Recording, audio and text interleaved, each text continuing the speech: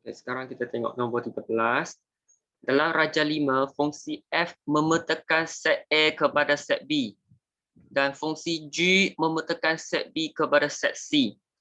Okey, cari dalam sebutan X fungsi yang memetakan set B kepada set A. Okey, so kalau kita tengok sini, set A kepada set B nama dia F. Kamu kena jelas dari mana ke mana. Set A pergi B nama dia F. Kalau sekarang terbalik, B kepada A, B kepada A maksudnya songsang. Okey, so yang pertama ni dia suruh kamu cari fungsi songsang. Okey, so langkah pertama kita kena tahu fungsi F dulu. So kita kena tukar menjadi tanda tanda fungsi Fx sama dengan 3x tolak 2. Okey, lepas tu katakan y sama dengan Fx lah. Okey, so sekarang perkara rumus ialah y. Kita kena tukar menjadi x sebagai perkara rumus. So negatif 2 pindah ke depan. Y campur 2 sama dengan 3x. X ni pindah ke bawah menjadi bahagi. Y campur 2 per 3 sama dengan x. So sekarang perkara rumus menjadi x. Okey, so saya tulis mula. Okey, jangan stop kat sini. Kita kena tulis simbol tanda tanda fungsi songsang. Okey, kita tukar y ni menjadi x. So, soalan ni buat macam gini. Nampaknya kawan ni dia dah betul. Apa yang dia salah kat sini? Tengok, dia dalam sebutan x. Tapi dia masih tulis dalam sebutan y. Inilah dia salah. Sepatutnya ini sebagai x. Tata tanda fungsi ni maksudnya fungsi ni dalam sebutan x. So kamu kena tukar menjadi x bukan y lagi. Okey, kita tengok yang kedua. Kita tengok yang kedua, gx.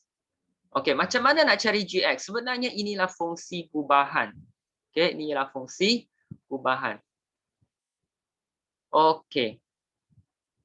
Saya sebenarnya nak padam. Okey, saya padam dulu.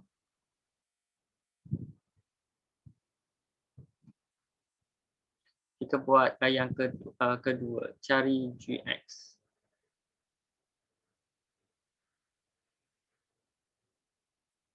Okey. So sekarang macam mana kita nak baca? So kita baca G F X. Okey, tulis G F X. G F X ialah apa? Ialah 6x tambah 1. Okey, 6x tambah 1. So inilah fungsi gubahan. So sekarang dia nak cari Gx. Okey. Fx kita dah tahu. Okey, kita pun tulis juga Fx. Fx sama dengan 3x tolak 2. Okey, sekarang kita kena cari Gx. So, hari itu saya dah terangkan tentang OIC, kaedah OIC. Okey, outside inverse. Okey, saya tuliskan outside inverse. Okey, inside composite. Okey, sekarang fungsi G ni dia di luar ke di dalam? Di luar kan? Kalau di luar kita guna kaedah inverse. Dan inverse tadi kita dah buat. Masih ingat tak? Inverse tadi kita dah buat. Tak apa, kita tengok balik. Inverse tadi kita dah buat. X sama dengan Y campur 2 per 3. Saya tulis kat atas ni. Okey. X sama dengan Y campur 2 per 3. Tadi kita dah buat. Okey. Dan Y ialah 3x tolak 2. Tadi kita dah buat. Tadi perkara rumus Y, sekarang perkara rumus X. Okey. So, Y sama dengan Fx. Kamu kena faham sama dengan. So, Fx ni ialah Y. Okey.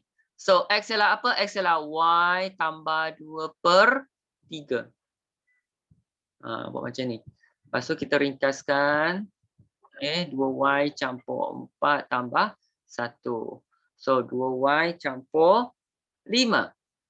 GY. Inilah GY. Okey, lepas tu kita tukar sebab sekarang dia nak GX. So GX sama dengan 2x tambah 5. Baru selesai. Okey, ini untuk jawapan yang kedua. Okey. So nampak tak kawan kita ni dah salah faham, dia cakap FGX, bukan FGX. Semasa kita baca ialah GFX sebab X ni dekat dengan F. GFX ialah 6x tambah 1. So dia dah salah konsep. Tapi kaedah dia betul lah sebab dia ingat cari yang kat dalam tu kan. So dia nak cari girlfriend, bukan FG. Okey, nilai X dengan keadaan FG ialah 4x tolak 3. Okey, sekarang kita kena cari FG pula. Ini yang kita kena cari FG. Okey, macam nak cari FG? Okey, sekarang GX kita dah tahu. FX kita pun dah tahu. So kita cari FGX dulu. FGX. Okey, tadi objek lah X. Sekarang objek kita tukar menjadi GX. Mungkin ada yang tak nampak. Tak apa, saya guna pen merah. Okey, tadi objek ialah X.